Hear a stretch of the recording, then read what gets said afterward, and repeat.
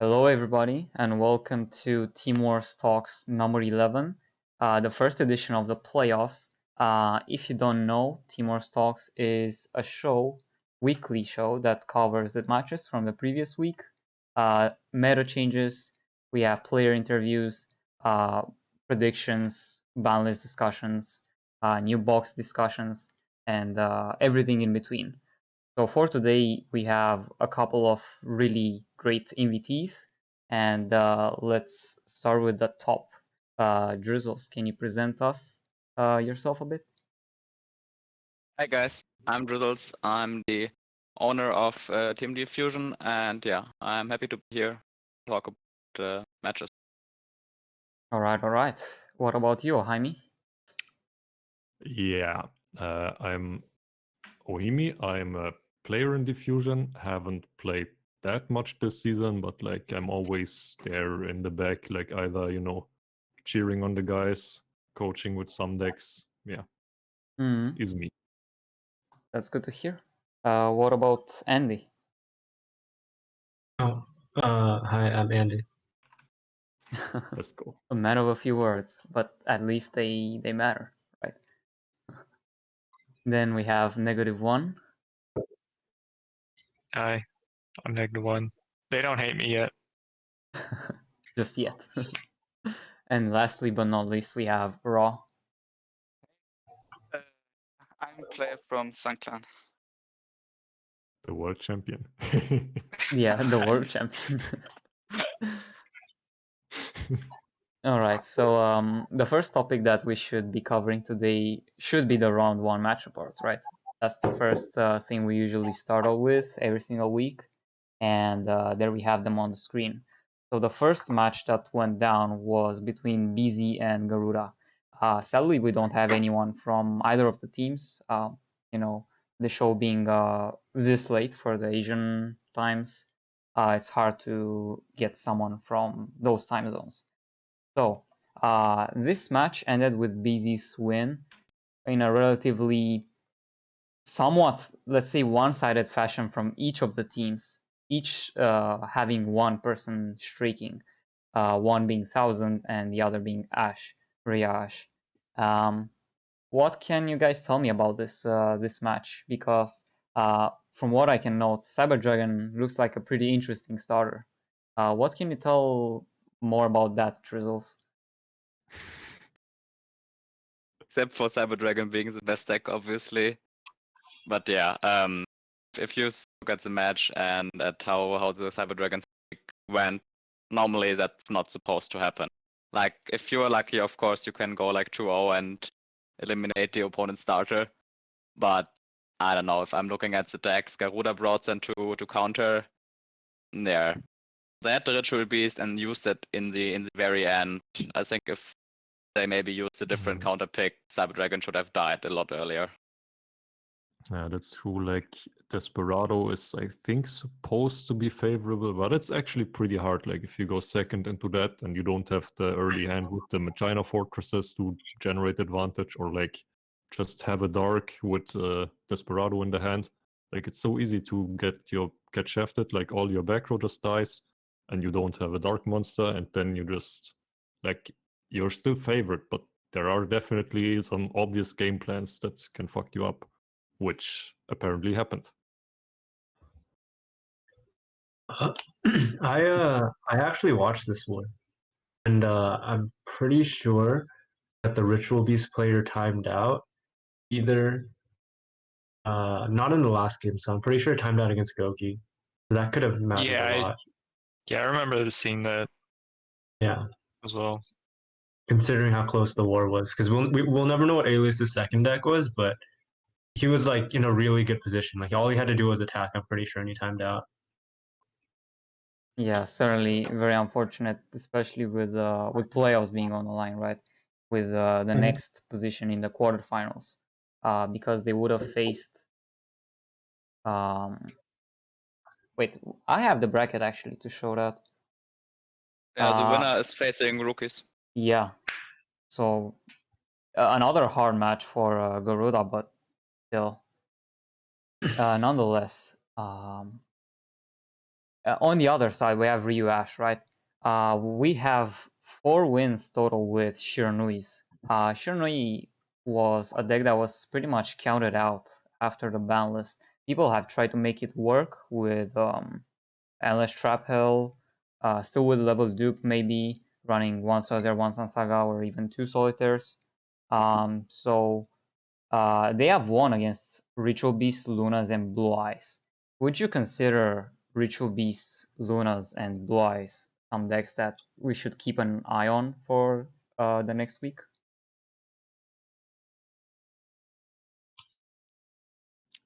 I think maybe Ritual Beast, but I don't know about Lunalites. I haven't seen that part of the war, unfortunately, but isn't Ritual Beast, I mean, at least pre-ban list, wasn't that supposed to have a good matchup against ETH Shiranui? I'm not ETH sure what Shiranui I'm was not a deck thinking. Or I before mean, ban list. Shiranui in general, I'm sorry. Yeah. I don't know. I mean, Ritual Beast is one of those decks where like Yeah. most decks don't really have an answer to like the combo of Ritual Beast, but the deck doesn't like Ritual Beast doesn't do much when it doesn't have the combo, so it's That's true. You kind of lose to yourself, I guess. Yeah. That's true. Can so both it's lose really and hard win. to say that Ritual Beast like hard counter anything or have a good matchup versus specific things because like they can lose just as much as they win in a matchup. Yeah. Mhm. Okay, I guess we can move on from this match and start with Maybe the... one last thing to say Sure. about the Shiranui streak. I'm actually not quite sure if I agree with the Blue Eyes and the repeat as the first Shiranui counter. Because I think that was part of the reason why the Shiranui went quite positive. Maybe some other decks the Shiranui counter would have been better there. Well, they're up like a bunch of lives. Like, I think they could afford like if the second deck is like a bad matchup, I think they could afford to repeat it. Yeah, that's Yeah, true. Yeah. It's their first repeat. I'd say like honestly Blue Eyes should be like favored against any control deck. If you like and don't build it like the second deck might have terribly. just been like really bad into Shiranui, right? Like Yeah. Any other thoughts about this particular match, or can we move on? Okay, move on. let's Oh, move yeah. on to Clockland versus Smog on Duel Links. Again, we don't have anyone from either of the teams to present their match report for a bit, but we can take a look over and already see Noble Knights being in full orange, actually, grabbing most of the wins for Clockline in a very, very tight match against Smog on Duel Links. Kamikaze doing his best with Desperado, but ultimately proving not to be enough, especially with the time limit loss towards the end in a match that the Trimid player was really favored against the Witchcrafters. So even though Richo lost against Desperado at first, he did go 4-0 against the likes of Desperado, Mirrors, as well as Ashira. What can you guys say about the new Noble Knight deck and its presence in a best of one format without any kind of side deck?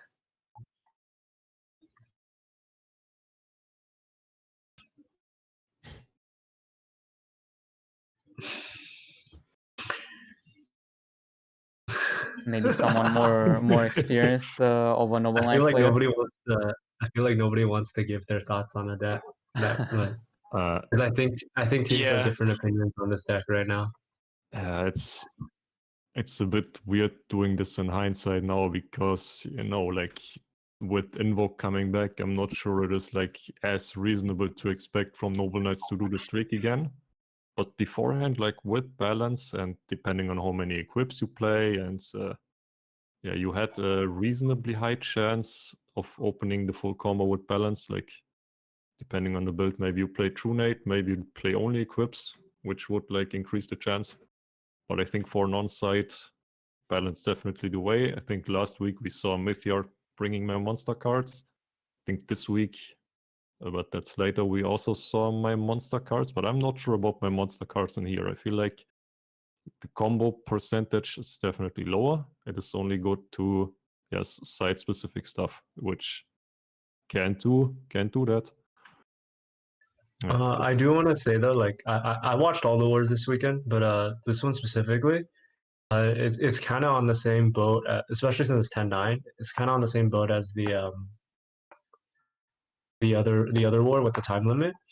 I just really think that, like, I'm not trying to like talk bad on any player in particular, but like at this stage in the game, at this stage in the season, I don't like these, like all of these like small things are gonna cost your team.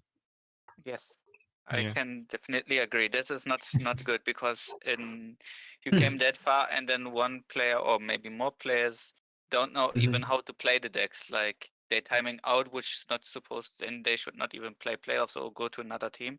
But Yeah. yeah, I do totally agree. In that stage, you should not Like, make misplay, like or at least should know how to play the deck properly. in the end, like even if he wins this game without like he wins the first game, it's still not guaranteed that they win the war, because if you look at how the lives, like he repeated, so it depends a lot on the last deck.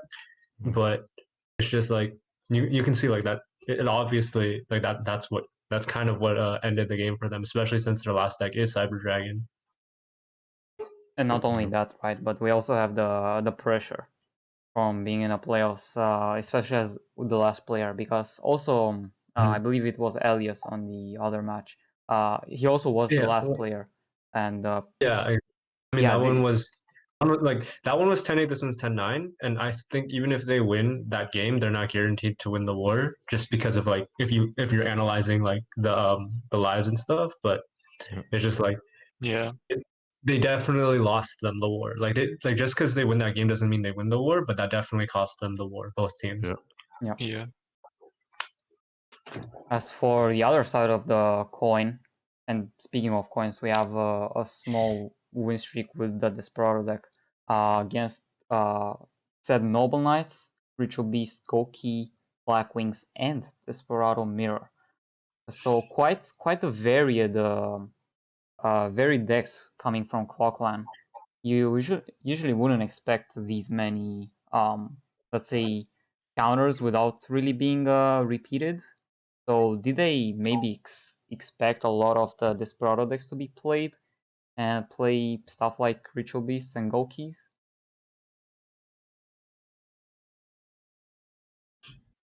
I guess I week think 10 they already was the expected new Desperado Desperado. format, right? Yeah. And we saw that Smogon brought, I don't know how many, but they brought some Desperados there as well, right?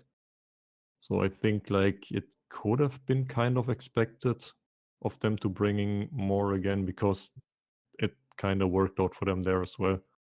And yeah, as we saw, 8 out of 9 of the Smogon Duel Links wins were with Desperados. So I mean, of the dual wins. So I mean, they know they're Desperado. What can I say? It's like Definitely. if you look at the decks or how Clockland prepared, I think they were pretty prepared for Desperado.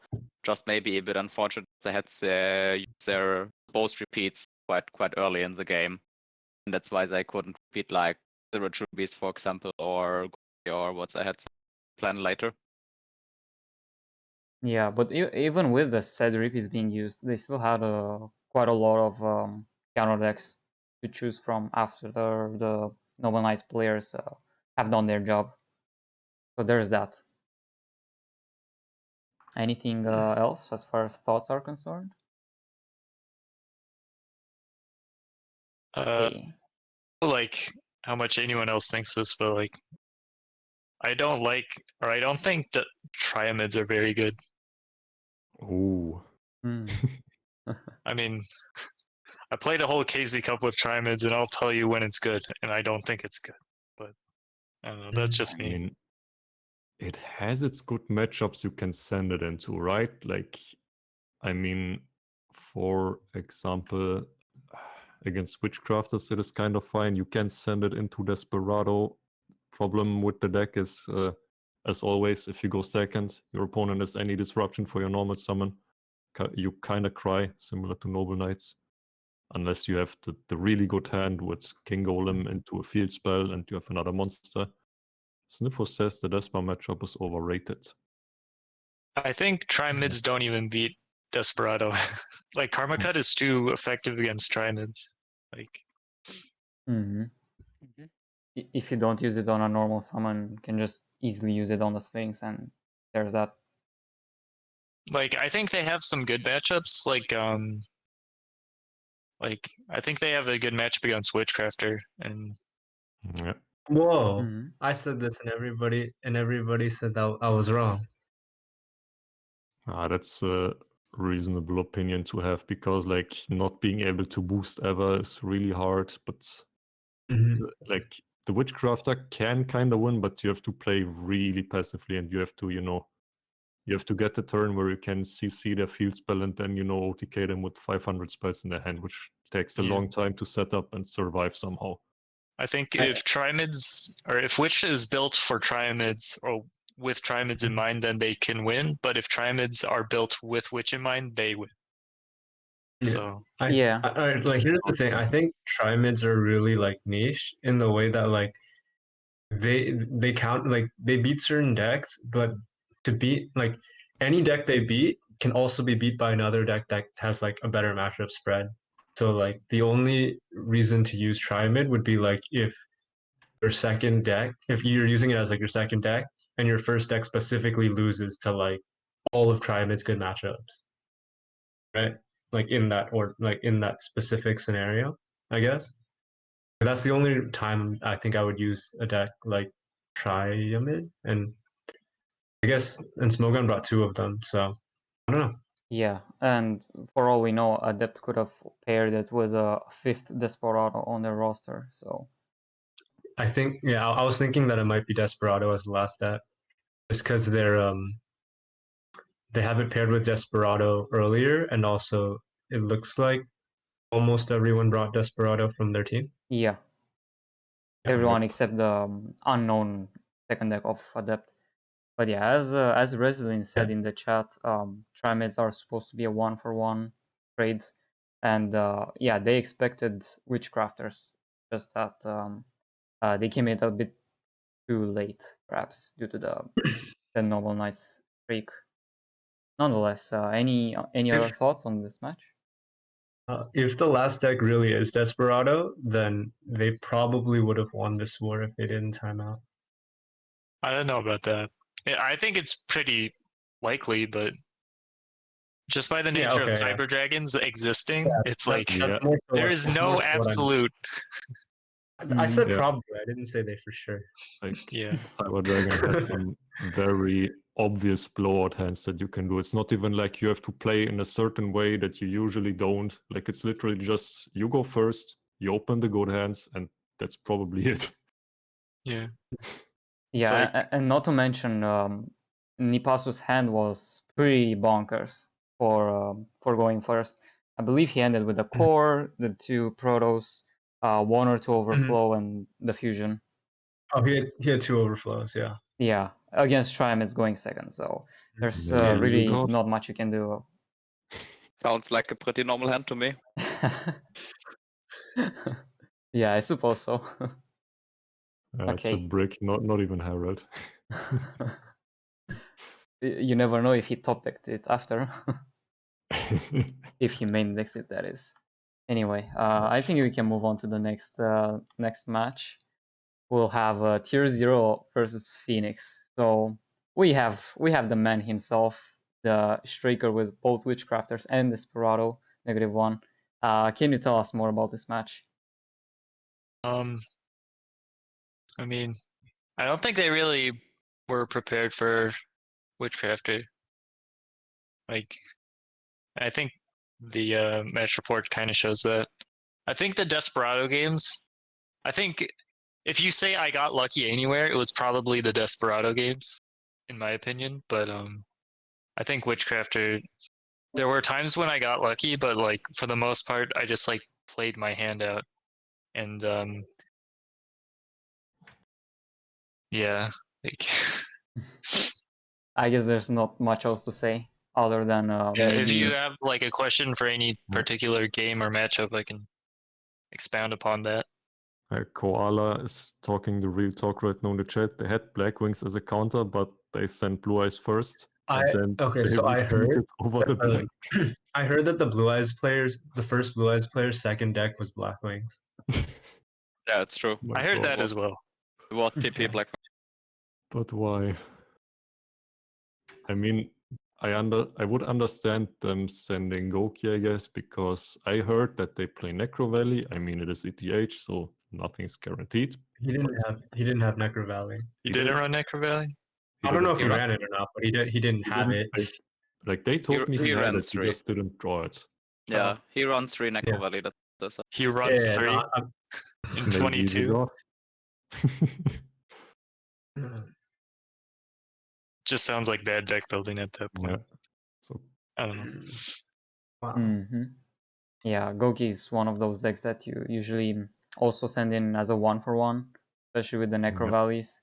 You use to Yeah. counter any graveyard-based deck, such as Witchcrafter. But in this instance, if you do say that he didn't draw into any, well, that's just a bit unlucky. Yeah.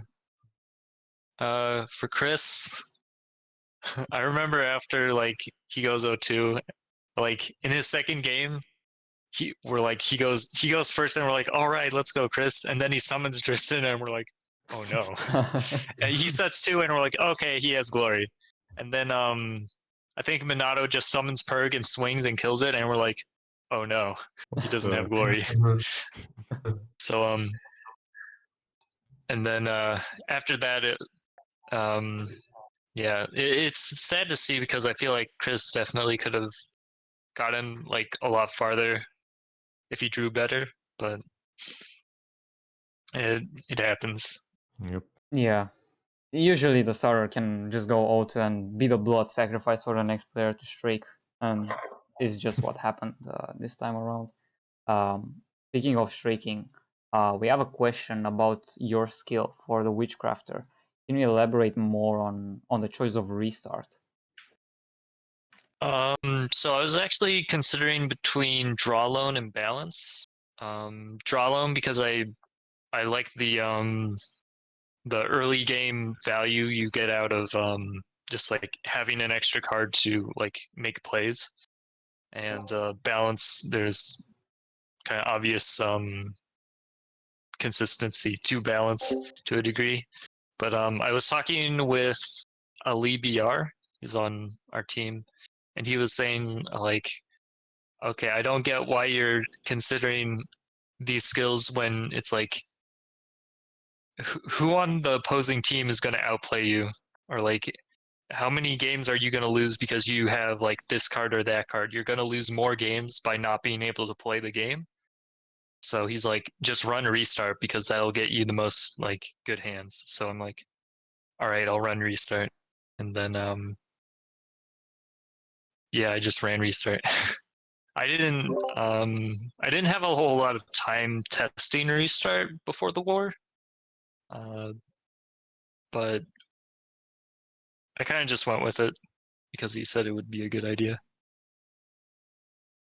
And a good idea it was in the end, bringing you with what, a 9-2 scoreline in a pretty important match.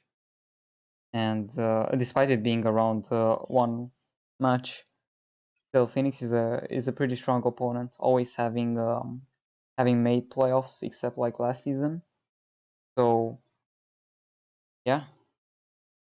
Any other thoughts from anyone else maybe? I think they were really maybe not that prepared for Witchcrafter, or because I saw the games from Neg 1, it was not easy. No, Neg 1 got not that free wins with Witchcraft. It was not like, okay, I played that and I won. He took it like step by step. The war was actually quite long for that. Squad was quite long, and he took the decks really slow out, step by step. And I don't know if they misplayed from Phoenix, but I think Neg 1 played without any mistake or something like that. So Yeah, that's Witchcrafter. Especially if you have like restuck in the pocket, even if you have then not the next draw phase, but you have like the play, and then you can, I think, make a lot of that. I think so one of the things with certain decks like Witchcrafter or like historically like Christians or like Dark Lords is that if you like in order for you to find a counter to a deck like that, you need to play against someone who understands the deck very well. For example, if Phoenix doesn't have a Witchcrafter player, then it's very difficult for them to test decks into Witchcrafter because the deck requires a certain um Technical it awareness. requires yeah, or like just like you have to be a little you have to spend a little more time learning the deck. So if you don't have a player on your team that can play the deck and you can test counters into it, you might not have like how like if they don't have a Witchcrafter player, they could just like have a non-Witchcrafter player load into the deck, and then they'll just lose the Necro Valley every time. Maybe they'll lose the Karma Cut every time, and they'll be like, okay, well this is a Yeah. good counter. But then you play against a good Witchcrafter player, and now they're playing around Karma Cut. They're like, you know, and then you start, and then you're not able to win the games the same way you were able to in testing. I'm not sure if this is what happened, but understanding that they sent like they're just thinking about it, like I think it could make sense, but that's just my thoughts. Yeah. Hmm. I think there were definitely points where I was in like an okay to favorable position, like varying on the game. But like because of the play or the line they opted for, I was propelled into a better position or a winning position. I think against Blue Eyes there were a few points where it's like, okay, if he does this, this or this, I'm okay. And then if he does this or here, depending on what card he uses Raigeki Break or Karma Cut on, I'm like in a better or worse spot, you know? And then I think at some points it's just like, um, hitting. I think there were a lot of points where like Vere just got karma'd because it's Vere instead of holding it for a more opportune moment, I think. Yeah. Yeah, that sounds fair. Anything else, or can we move on to the last of the round one playoff matches? I think I'm good. Let's go. All right. So last match, and for this one we have players from both sides of the match. It was Sunclimb versus Diffusion, ending up with Diffusion's win 10-4. Lorenzo sadly couldn't join today, but we have his teammates Drizzles and oHiMi. Can you tell us more about again another Witchcrafter really good start? Yeah, that's like if you look at it, he wins 5 in a row, but like what are the matchups you actually win against? Like it is you win against Black Wings twice, that's not something that should usually happen. You win against Triamids, that also shouldn't really happen. I mean, we have CC in theory throughout the field spell and like go into a like long grind game, but that was way too short for that. And the Desperado matchup is like I'm not sure about the Desperado matchup myself, but kind of worked out this time. I guess Witchcraft is our favorite, but that's another matchup that like it takes forever because you can't really kill them because you need to spend your spells to negate what's it called, the Desperado, and then they can't really pop you because they're just 2-8 attacks, so that takes forever. And yeah, I think especially, I'm not sure if anything happened in the Desperado games, but the game 2 of the Black Wings, there was a thing that happened where Heck tried to, you know, pressure battle phase, but if Lorenzo just lets him go to the battle phase, like he doesn't die and he can reestablish and he can push for lethal. So like why do you pressure battle phase when you don't even have lethal? I don't know. That's like that should be in theory a simple thing to do. Like if you can't establish the lethal with Black Wings, then I guess you're in a bit, I guess you might be in trouble because you don't really have the grind game, but then try to bait out some effects, try to do something weird, but don't just go battle phase when that's a bit weird. And with Triamids, not negating the Black Rose or going for Fortress, I don't know, or like not reacting on the Veer negate. That was the weird thing. Like, so we started the turn, Lorenzo did the Veer negate on like 3 Triamids and the field spell. It was King Golem, and Biscaya was like, okay, I'm getting negated, and then Lorenzo made Black Rose and just push for lethal that turn. Like, that shouldn't happen. You should, take your field out for something, I guess. But yeah, it is what it is. Yeah, you explained pretty well, I think, what went wrong in the first 3 duels at least. But maybe we can get some thoughts from Raw on the behind the scenes, let's say, on maybe what happened there. Can you tell us more? Yeah, yeah, I can say it was a game where a lot more than a lot of mistakes happened. It started like at the beginning. We had the luck that we had Black Wings against the Witchcrafter, so we had to win. Especially if you see our starting hand. Our starting hand was like Whirlwind, Bora, Offerings, and what else? And Gale. That was that? that was Game 1 our or game 2? that was game one, the game one, and Oh.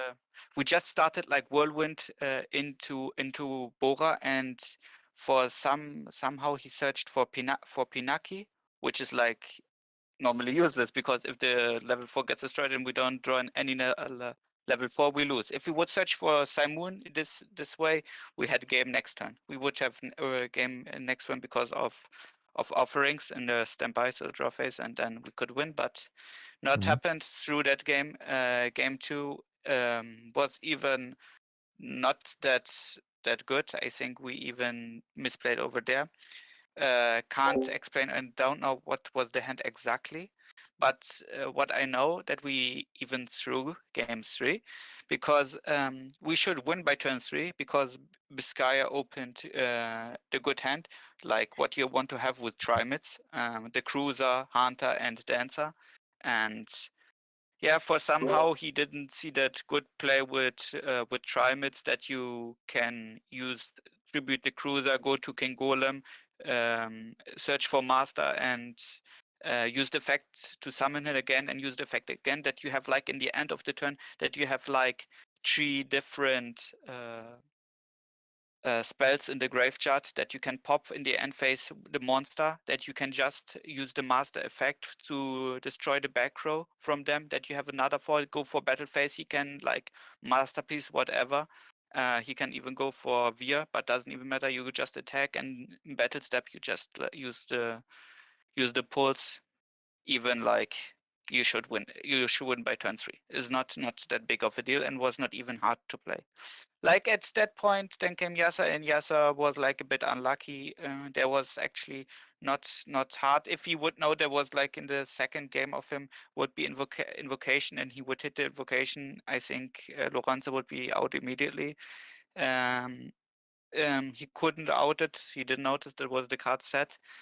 We lost that game. Happens. Next game. Now it came to the point where it's actually became embarrassing. Like you can like have a like sometimes oopsie or something like that, but if you like see like the Cyber Dragon play and see like the combos which you normally have, and yes, he just had like the perfect combo, like he bounced everything, he had 1000 life points, summoned 3 Proto Cyber Dragon. He played before the support. He had the gate on the field. He just immediately, for somehow, go for Cyber Ant Dragon. I don't know which reason. On the field from the opponent was just an open window, which already was tagged out into another window. So, yeah. And then asking me why Cyber Fusion not asking me to summon like Overlord Dragon. Nice when you don't have any Cyber Dragon in the banish pile or on the field. We lost that game. Then even without any furthering saying, he went into that game again. So he got the the Q loss, it was up then. It was, I think, 8-1. And yeah, and then the pretty ball was already over. I just won maybe 2 or 3 games, but it doesn't even matter. My games were not that big of a deal. Yeah, was not happy. I should seen it before, because against FM we won last week against FM. But whoever watched that and see that match exactly, it was not that good, because we had so many problems, even taking screenshot, misplaying there. But then one player came with Cyber Dragon. Of course, he can go 7-0, because every time he draws like a core and full combo going first. Of course, then it's not hard, and you don't need to be like a skilled player to do so. But yeah, that's like hard to see that loss over there. Yeah, certainly was really not ideal to go down like that to basically your own misplace. At times you can say it's just luck that went against you, but at least towards the end you gave it your all to not make it just really that bad of a match for you. Yeah, it was nice to play a bit with them. It was okay. Was some nice matches. I don't even played Cyber Dragon that much, but what I seen from I don't want to even discuss about that, because that was not good to watch. That was like, that was not even a misplay. What you say, like it's a misplay, I don't know how to say. Even not as true. That was like not understanding a deck. And if you don't understand even a deck, that's like be far like misplaying or throwing a game. This is like by far, because he don't even notice what was wrong till I even explained him, and then he even said like, no, there was actually another player who coached him play what wasn't.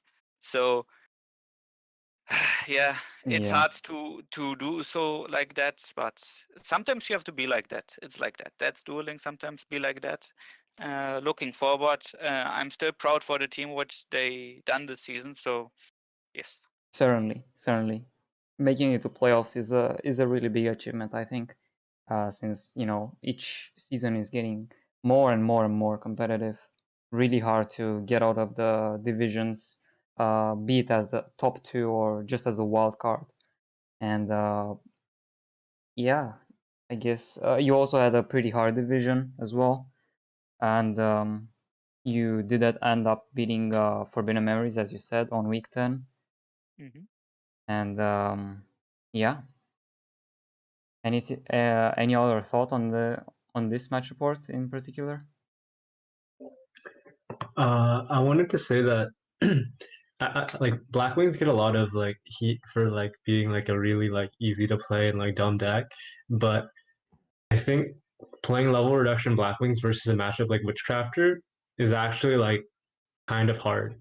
Not like the Blackwing player should win, but like you have to like know what you're doing. Like I probably wouldn't be able to win, but like when I watch like my teammates playing like that matchup, like the ones who know what they're doing and like play level reduction Blackwings like a lot, then like I'm like, oh, okay, I can see them doing stuff that like is like very specific to like not just Blackwings but level reduction Blackwings, and I think Or even if specific to the game state. Yep. yeah, exactly, like it's like this may never come up again in like the next 100 games or something, but I think stuff like knowing that, I think like I'm not sure how much Hegelian plays Blackwings, but I think like generally speaking, it's kind of understandable that like a black like if a player doesn't play that deck a lot, they might not be able to win the matchup, even though like if both sides play optimally, like the Blackwing player almost always wins. Yeah, you not And only have to know the ins and outs of your deck, but also the matchup and when to use your cards, yeah, when and why. Like for example, exactly. Drizzles as well played Blackwings against Rose Witchcrafter, and I'm not sure how that game in particular went, but it did end up winning with Drizzles. Mhm. So Yeah. Raw had Like like I was sorry, I was watching like Neg's stream like maybe like a couple days ago, and like he did like some combo that I've never even seen before. But like it's just an example of like the deck is so like there's things so specific to like a Blackwing, like to like level reduction Blackwings that like you would never see. Yeah, because the results had like this. I think he had 3 pops. Like one pop, there was one more. Yeah. I could survive 2 pops, but then the Gale, and then he attacked with that he had like the reduce with Blackwing because it was actually really important. Because if he would just attack with Onimaru first, I would be at 100 life points left because he would have attacked then with what's the 20 or Hawk Joe and Gelder would be 39. I would live with 100, and if you like give me another turn against Blackwings where I can build up my resources back again and I don't have the level reduction, I could be in like good spot. But 3 pops like in turn 3, Yeah. it was hard for me. I couldn't revive the Rizzets, played that perfect. I think he had good coaches over there.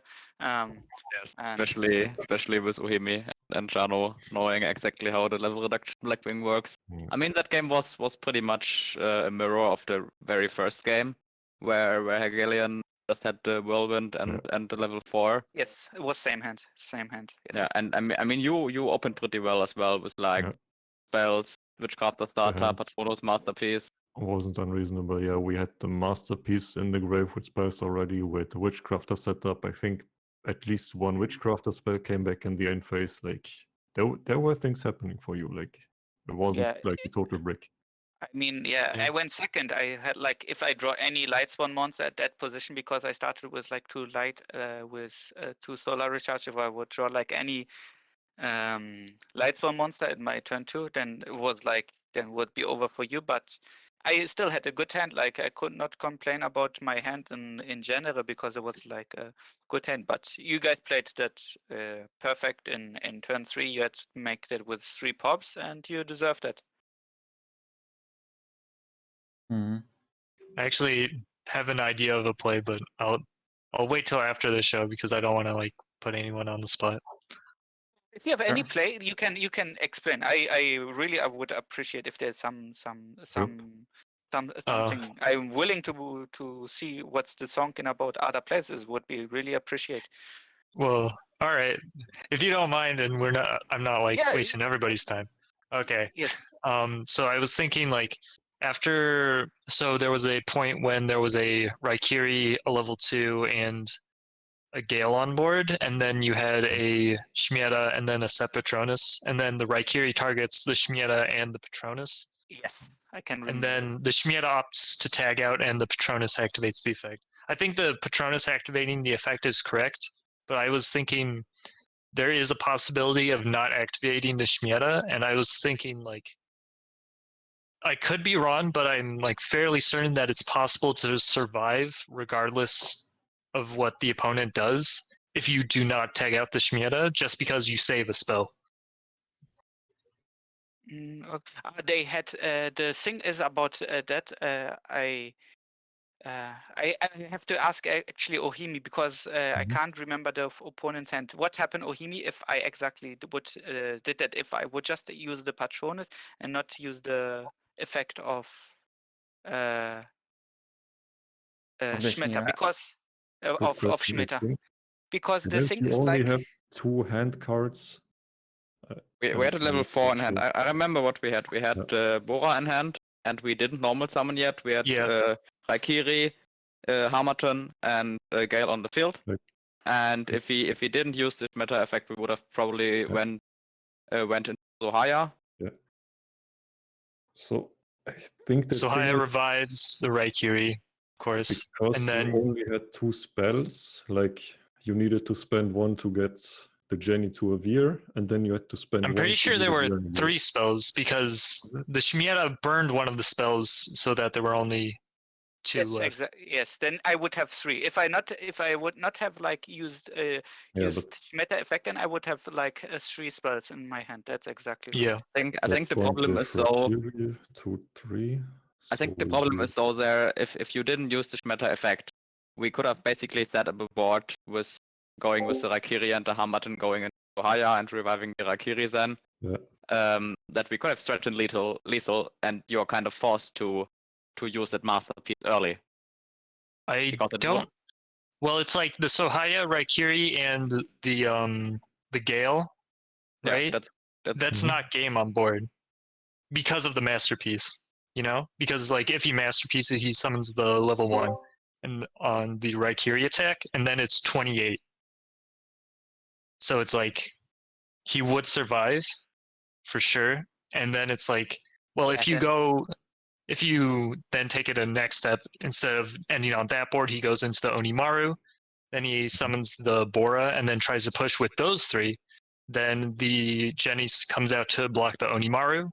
And then if he goes into the Hawk Joe and tries to push with Onimaru and Joe, block the Onimaru. If he revives the Raikiri and then tries to push with all three, then he summons the Jenny, tags out into Very, negates all three, and then if the Onimaru pushes, he'll have one spell to reveal. So Yeah, I got what you. Is it maybe possible to get that VOD up quick, Hazy? it would be Yes. like really interesting. It would be really interesting, actually. Really, really interesting. Give me 1 second. Because I actually think as well that Neck is correct. That draw was not Maybe. forced. Is it yet?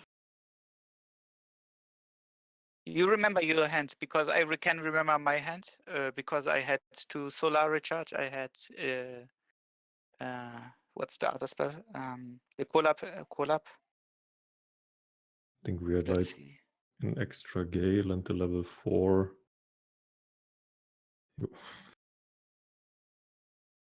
We didn't have an extra Gale yet. Should we play it out? Yes, true. Nah, wait, does that matter? Yeah, let's play it out, and Nick one can say like where I had to. Yeah, okay. Let's put. Yeah, perfect. And when to stop the. Yeah. Okay. Stop the count.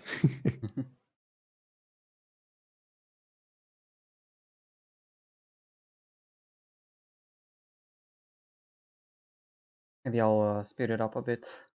Yeah. It isn't too slow. I mean, my turn 1 was just pretty normal. I went Chris search Bora, right? Mm-hmm. You can see it on Chris the search if you're Bora, on yeah. Twitch. Yes. Yeah, keep in mind there's a 5-second delay. Checking.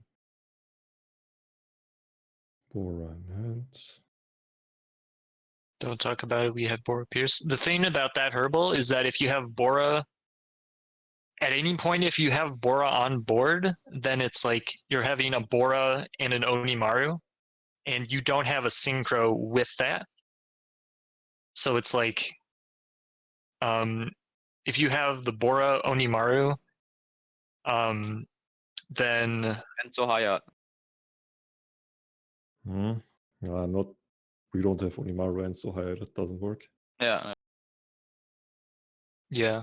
So it's like at any point, if Bora is on board, then you don't have 2 more synchros to threaten lethal. You'll only have 1 that can threaten lethal. So it's like you just let the Bora swing through, and then you block with the Onimaru. You block with Masterpiece on the Onimaru swing.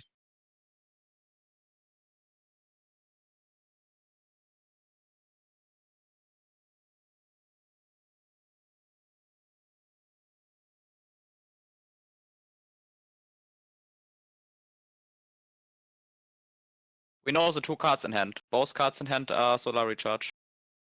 Yes. Both cards in hand are solar recharge. Yes.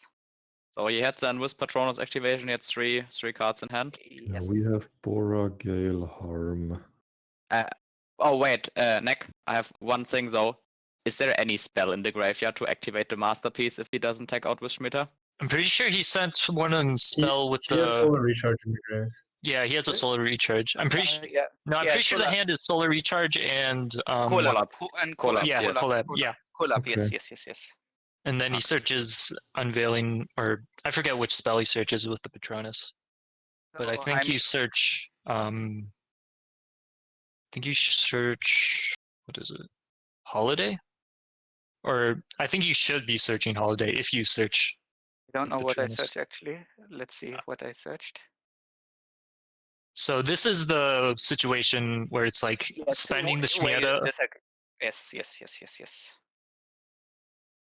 So it's I like think- in this position, I don't think that Black Queens can actually OTK if you don't burn the Shmiata. I have to ask actually oHiMi. oHiMi, what was your play if this would be, because this is right now the field. Can you click on stop? Yeah. Because this would be, yeah, I searched holiday at that position, what you said. Yep, that's correct. Yeah. Okay. If oHiMi, what was your play now? What is the play now? Mm. That's a rough one. Okay, we have Sohaya going to Rekiri. We go back to face, he blocks stats. And you had a holiday engraved to res, but no, you The chat as well. If you see some, if you're a Blackwing expert, don't mind to comment. did you Yeah. have like a witchcraft, another witchcrafter monster other than Jenny in the grave? Like, I mean, I guess we can't. Yeah, The the Shmieta is Shmieta- in grave. Yeah, Um, so The grave would be Shmieta. Jenny can get that back. There's a and we have recharge as well. Taurus. Yeah. He can even use the. He can even banish. Actually, no. Never mind. He would be banishing the recharge 100%. No. So I can see guys before in the chat. Some said it's OTK. Yeah, but I was assuming, I think that Yeah, I think just Mac- remember seeing correct. this game and thinking that I don't. It was like a feeling in my gut, you know. So I think Yeah. it's very possible that it was guaranteed game. I'm not sure. Because I'm not like 100% certain if there's a play from Blackwings that I'm overlooking, because there are a lot of decisions to make here. Yeah. Yeah. So oHiMi, if you don't have any answer, then I would say we have to continue the match. It's 9-5, I think. Then. Let's go. let's match it out Alright, after this juicy this one. Team Wars talk. Maybe we Yeah, I still was have gonna say most maybe I'm surprised we're able to keep up the viewer count. Okay. Witchcrafter can Yeah, even so- interrupt the Joe plus Onimaru on Joe summon. So we I have don't think he can, Onimaru. because if you do that, then it's like I'm he's pretty getting sure out the Gale just reduces the Vere, and then you lose, or you don't lose, but they break your board. Onimaru, Bora, Gale. But that is an option, yeah. They can definitely opt for that. Like it would be basically the same what happened in the end, just that the witchcrafter had like one more spell. Yeah. Yeah. But the half were still at 1.4k defense, so he would still die if I attack with the go first.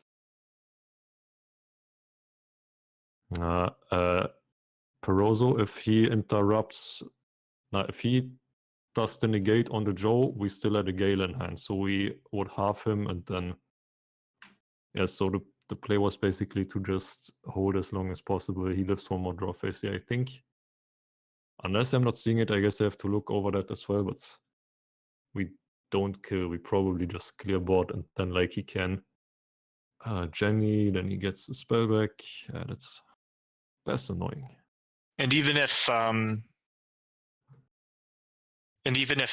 you go to the end board of Raikiri, Onimaru, and so on, like even if you have to like use the Jenny to banish, say like the holiday because it had to be burned or whatever, like you still have the Patronus engraved to like recover spells. So it's like, Yep. I just remember seeing this game and thinking like there could have been more game to play, but I think it was just Yes. very interesting to think about. Yeah. If anyone like finds something that Yeah, I I would guess we be could have. I would be really appreciative. Chidori, maybe. Like, how many dudes do we have in the grave? Like 1, 2, 3, 4. Like, if we get, I'm not sure how many dudes we have in grave. I would need to Already, count. you have Gale and was the other one, and Bora. So you have already two in the grave on that Bora and Gale. Chris, Chris and Chris Gale. in the Sorry, grave. two. yeah, and then we had another There's 3. nothing versus 3 yeah. spells. It does, because we have the Gale, right? Yeah. Because the Gale halves it, and then he goes up to 24 only with the last spell. So I think Chidori was the play. Yeah. Like, if you go for a Chidori, that would be 41, so Jenny can't block the one lethal attack. So you at that point, you have to go for Veer, you have to negate. Yes. And then we can, with Gale, we can halve the Veer, and then we go through. I think I got it. Or you make Okay. Onimaru Chidori, or Okay, do now you Gale? We have explain me. Explain we me have what. another Gale in hand. No, start at the spot. What I see right now. What is the next move? If I don't have any Veer and I have three spells in hand. What is the play right now Okay. from you? We reduce the Rakiri. We make Sohaya. Sohaya gets back the Rakiri. We make Onimaru, okay? Okay. And then we have a Bora, and we go Chidori. Okay. And how many dudes in grave is that? Let me think. Now we have, that's the fourth. We get one back. We have an extra one. So I think that should be 5 in the grave, right? Ah, that's so One, two, stupid. 5. 1, 2, 3, 4. This comes back. So it is a 3. Yeah, we have 5. So it's 41 Yes. attack. Yeah. So we summon the Bora. We search some garbage. We don't make Joe. We make Chidori. Chidori is on at least 4,000 attack. We pressure battle phase. You can't body block with Masterpiece. So you have to do Masterpiece, and you have Wait, to like. 1 second. Why can't he body block with Masterpiece?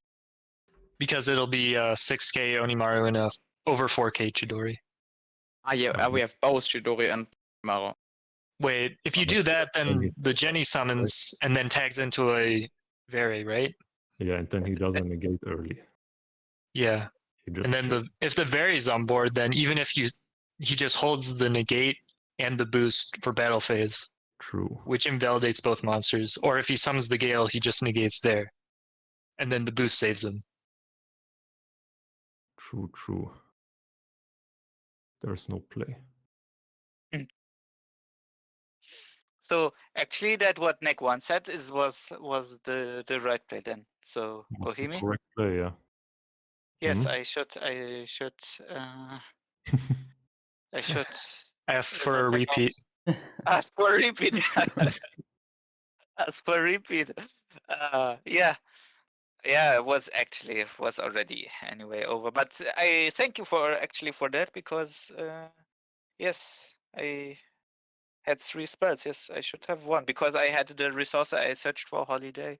Next turn I could do a lot actually. And now it turns out he watches the replay, and there wasn't 2 recharges anyway. Yeah. No, it was to recharge. It was to recharge. It was. Yeah. Overall, I want to say I'm actually really impressed with how this was brought up because we could call it a dual quiz, right? Where this player did this thing, but can you find out another play that maybe put him in a better position or a winning position? And I suppose we can even grab for the next week as well if there are to be misplays, for example. But yeah, that was a really interesting point brought up, Nick. It was actually a really good point. Actually, with the 3 in hand, 3 spells in hand. Yeah, I could have won. Yeah, Actually, we should be fine. Damn it. There's no telling if it's like the follow-up play would be a winning play, but yeah, that's Yeah. the next part. Yeah, but of course, like but yeah, there should be. You would be in a good position, but obviously Yeah. the Masterpiece is gone. Not sure if you send then the second Masterpiece the next turn, but like I can always top deck into an offer, for example. Yeah. So there's still unknowns, I think. Mm. Yeah. I've just I remember back when Witchcrafter was at full power, I was talking with Andy and he's like, I don't even watch and Andy's like, I don't even watch streams anymore because anytime I open stream I see Witchcrafter and I see the misplay. So Don't pay me like that. Oh, so rude. but it's like it the could be deck is true to some complex enough extent. that there are like there are so many plays that I think it can be difficult to see all of them, or it can be difficult just to play, because of there's so many options. Yeah, and even more so with the pressure being added, being the last player in a really losing position in a match, but even as a starter, because the team depends on the deck getting the first few wins. Yep. And I think that would be all the match reports. Only 4, but did take us quite a while, which is good to see. There's a lot to be talked about the playoffs matches, and these 4 will not be the only ones. What I have left would be basically the power ranking for round 1. There's not much, considering that there's only 20 players to be playing during the round 1, but yeah, there's the graphic. One at the top, then Lorenzo, then Ryuash. Interesting to note that there's 3 Cloud9 players, all grabbing the full 10 wins for the war. I'm ready to go 0-2. Let's go. Well, with every good match, there has to be an equally balancing bad match. You don't hope for that to happen, but as you say, there's a lot of unknowns with any duel and any match. Okay, so we'll have a playoffs bracket. Let me grab that really quick.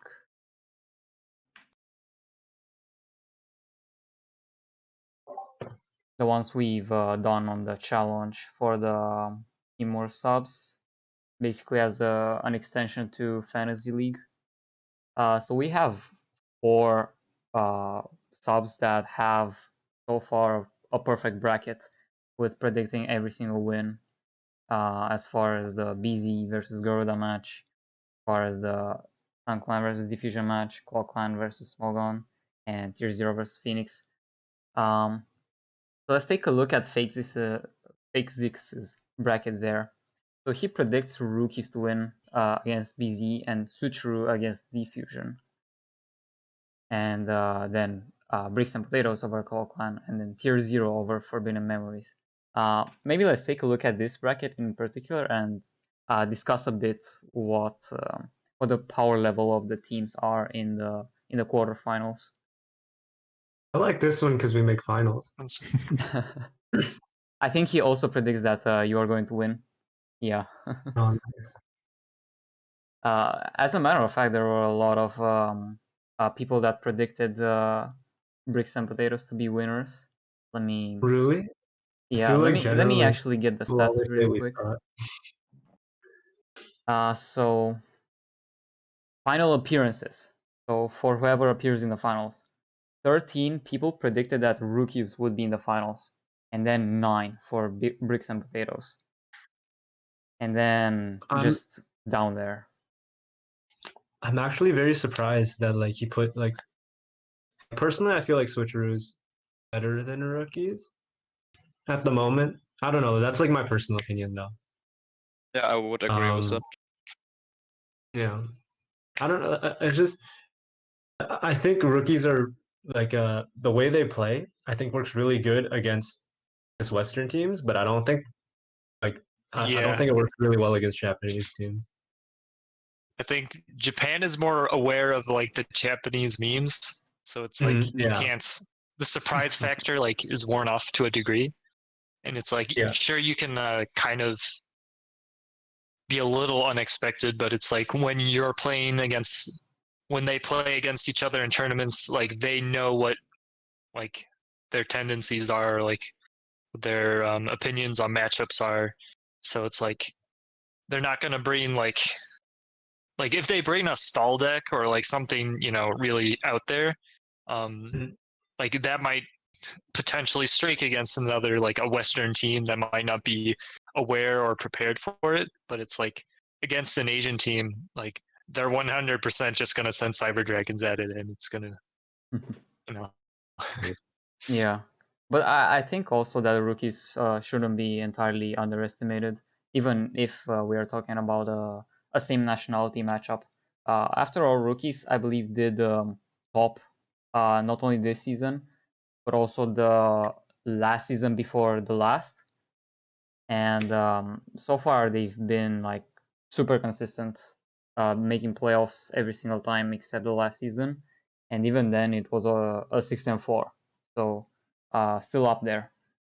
But ultimately, we'll just have to wait and see for those matches to play out. As for, I don't know, any other thoughts maybe on this quarterfinals bracket?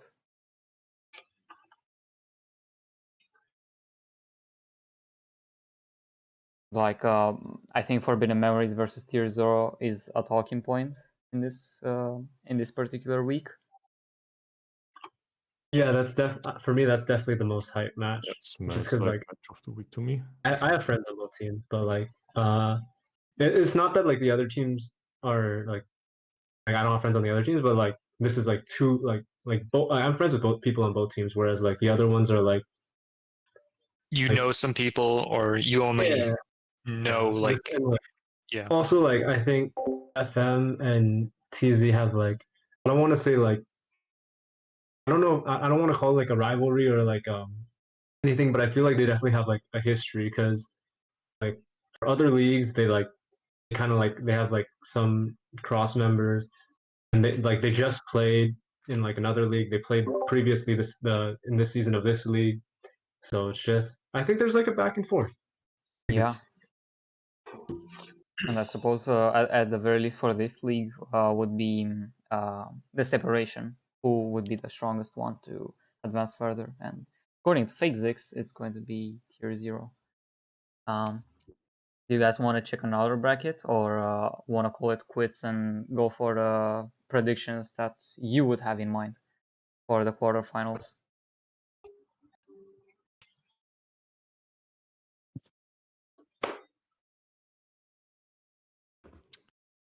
There's 3 other perfect score brackets so far from Hypebeast, Davide, Magri, and Cosmic Player.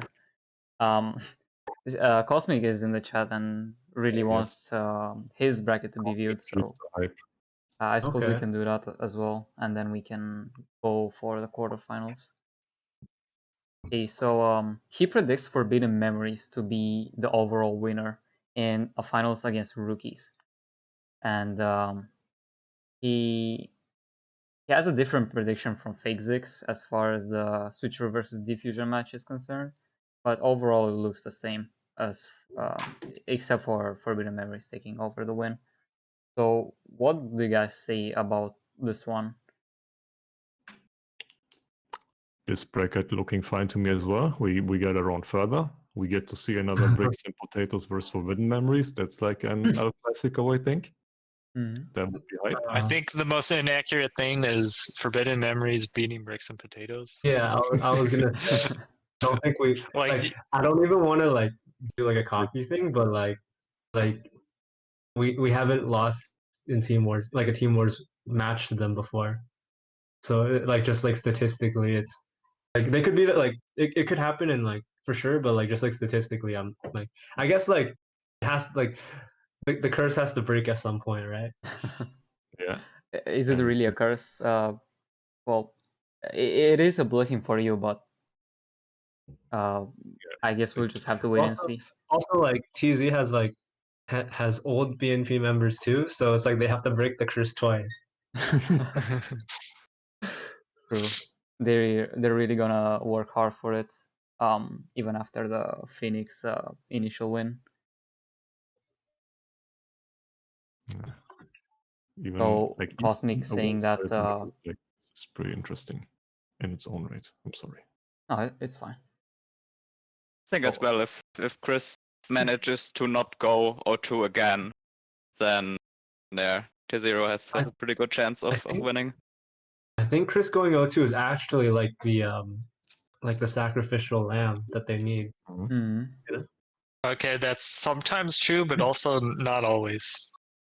Like, I think that's just like another Chris day in the the office for Chris. FM too, right? So if Chris goes 0-2, then that's a victory for tier 0, right? Well, we've already discussed in TZ that if Chris goes 0-2, it will be like the first time he's helped FM. Ooh. My god.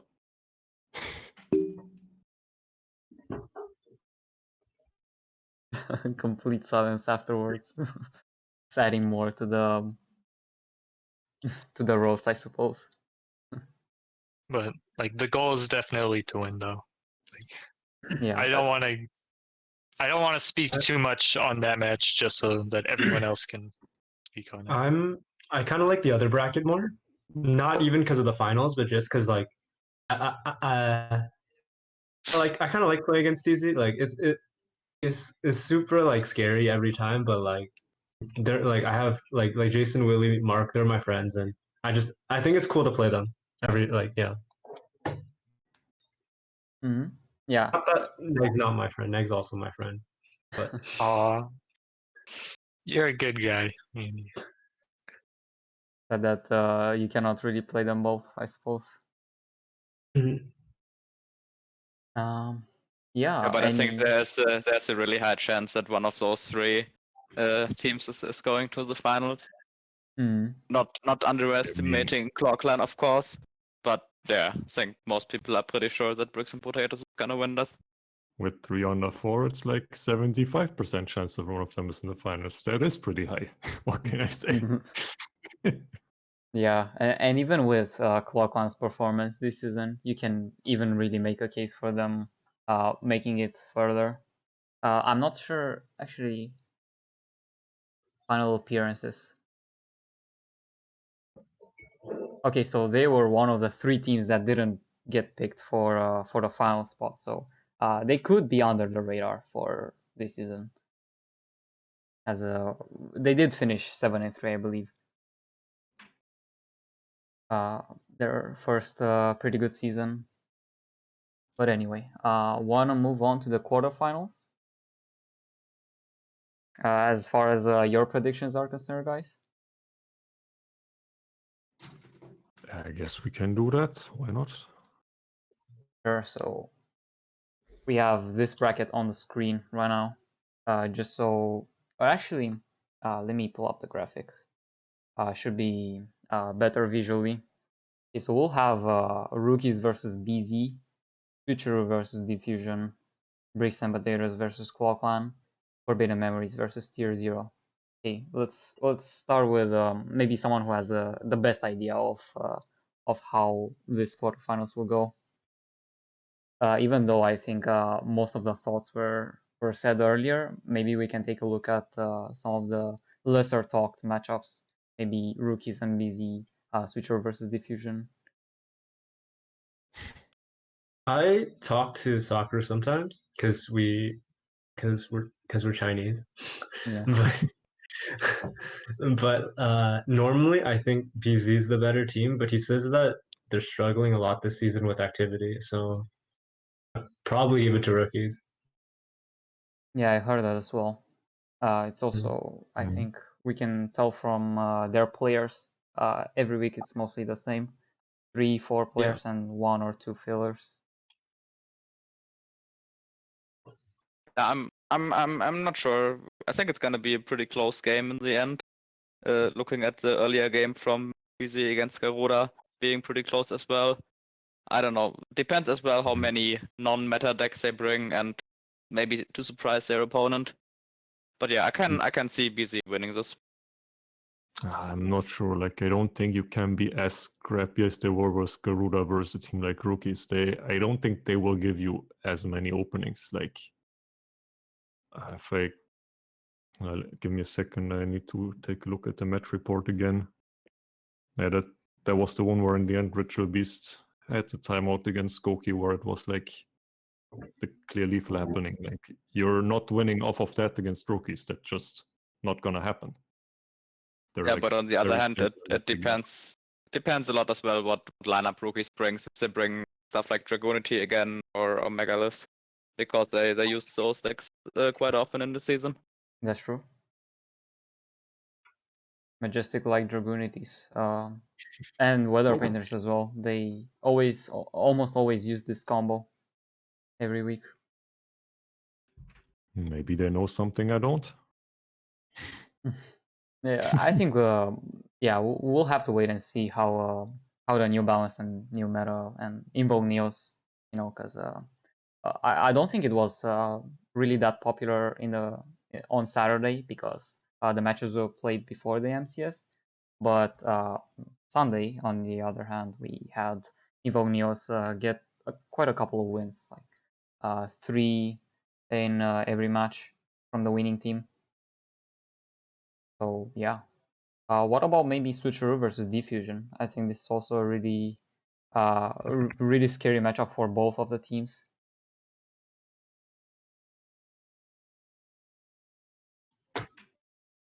So I haven't really done any preparation so far. We've looked at like some of the match reports. They like their Cyber Dragons. They brought a Desperado. I don't know. I think mostly their lineup is looking pretty reasonable, I would say. So like maybe if they do a weird switch up, maybe if they, can kind of read what we're bringing, I don't know. Like from Sunkline, I heard we were kind of easily readable in that regard. At least that's what Raw said, but yeah, I don't know. But obviously, it's I our think team. We will win. Let's go. Yeah, I think against YU was like not so hard predicted because I know the team good and I know who is right now active in Diffusion and who is not, and I know which deck mostly of them are get playing, and we took actually that bit of advantage. Even Drizzles knows what we are bringing. So for him, was it exactly the same position? He was not hard for him like to predict us. I think at that time it was only that game that matters. Oh, I don't know. I can say we are gonna prepare well. We want to continue our undefeated streak against the Asian teams when defeating 3 of them in the playoffs last season. Yeah. But yeah, Switcheroo is an amazing opponent. In my opinion, they are the strongest Asian team this season at all, especially since Destiny Draw is not doing that well. Yeah, we're gonna deliver a hard fight. And speaking of hard fights, maybe we can take a look at the Forbidden Memories versus Tier 0 match as well. The only match without an Asian team for that matter. So there's no, let's say, unexpected factor as far as rogue decks are concerned in the regional meta that Japan has. So I don't know. What can you guys tell that hasn't already been said earlier as far as the brackets on the challenge were concerned? I think something we discussed with Sniffles last night that could be pretty important is how many good Witchcrafter players are gonna be on both sides, and of course having here NEC 1, it really gonna depend maybe if there's a Witchcrafter player from FM who's gonna maybe able to streak the same way, and if both teams have the good counters for that ready. Yeah, I'm fully expecting both of the teams to bring up their best lineup. One of the matches that, as you guys know, I mean, not know, are expecting this match to be one of the matches of the playoffs.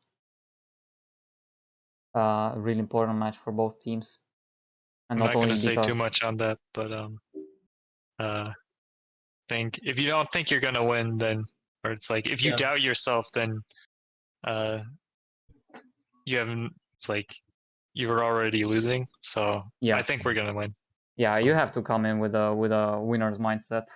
After all, it's also as I don't know who put it earlier exactly. Was it you, Nick, or Andy? That there was a rivalry between the two teams because they just play each other so much in official matches. Yeah, I think the fact that they were in the same division this season kind of like makes this match a lot more interesting. I don't really want to make a prediction because I kind of want to go in like and think that both teams can win. The only thing that I really hope they don't do is schedule their war during my war. So please don't I do think that. they already actually scheduled. Oh, they did? Yeah, I think was it 2 three p.m.? 3 out of 4 wars are already kinda scheduled. Yeah. Yeah, Okay, it's well, Sunday at 2 the p.m. fourth team is obviously us. Wrong button. Okay.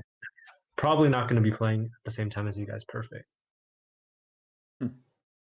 All right. Okay, so just to add up right on the rivalry. In the season, they played head to head on week 2, and ended up with Forbidden Memories taking the win, 10-4.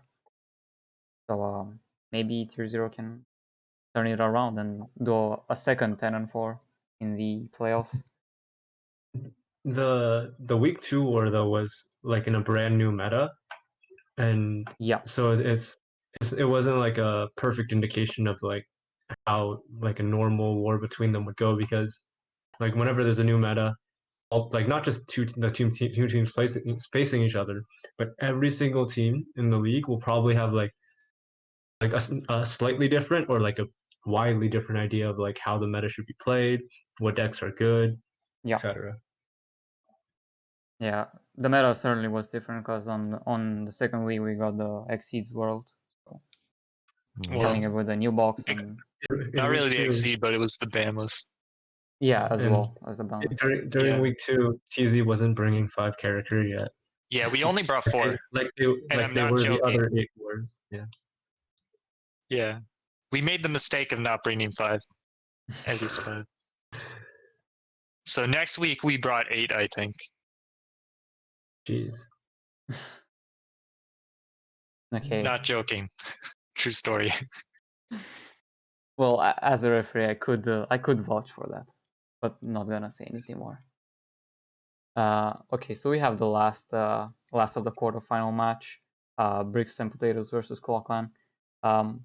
Most of you guys did say that Bricks and Potatoes could advance and even go as far as winning the finals is concerned, because out of the 9 picks that the subs got on their challenge bracket, 7 of them said that Bricks and Potatoes will win.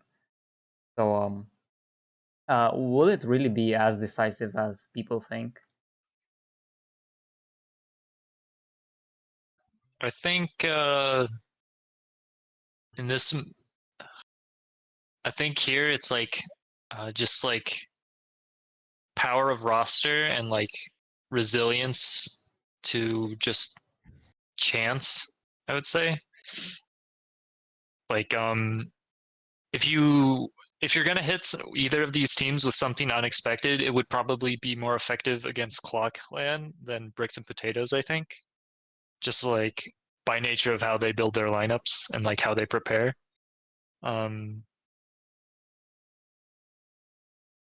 It's not to say that Claw Clan can't win or anything.